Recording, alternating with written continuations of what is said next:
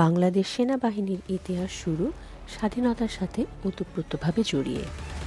১৯৭১ সালের মহান মুক্তিযুদ্ধে মুক্তিগামী বাঙালির রক্তে জন্ম নেয় এই বাহিনী।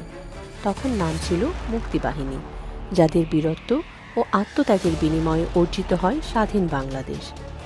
সেই মুক্তিযোদ্ধাদের উত্তরসূরি হিসেবেই আজকের আধুনিক বাংলাদেশ সেনাবাহিনী গড়ে উঠেছে।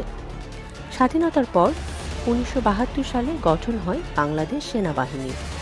প্রথমে সীমিত সুযোগ সুবিধা ও সরঞ্জাম নিয়ে কাজ শুরু করলেও ধীরে ধীরে এই বাহিনী আধুনিক ও দক্ষ বাহিনীতে পরিণত হয়েছে।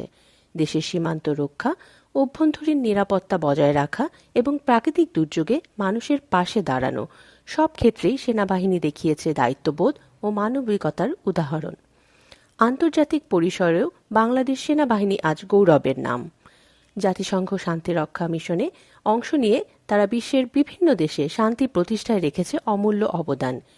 এই সেবার জন্য বাংলাদেশ সেনাবাহিনী বিশ্বের অন্যতম বড় শান্তিরক্ষী বাহিনী হিসেবে স্বীকৃত। দেশের উন্নয়ন কর্মকাণ্ডেও সেনাবাহিনীর ভূমিকা গুরুত্বপূর্ণ। সেতু, রাস্তা, বিশ্ববিদ্যালয়, আশ্রয়কেন্দ্র নির্মাণ থেকে শুরু করে বিভিন্ন অবকাঠামো উন্নয়নে তারা কাজ করে যাচ্ছে নিঃস্বার্থভাবে। বাংলাদেশ সেনাবাহিনী শুধু একটি সামরিক বাহিনী নয়, এটি জাতির গর্ব, আত্মত্যাগ ও শৃঙ্খলার প্রতীক।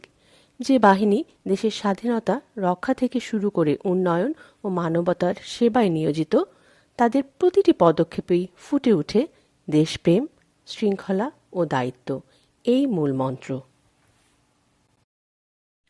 বাংলাদেশ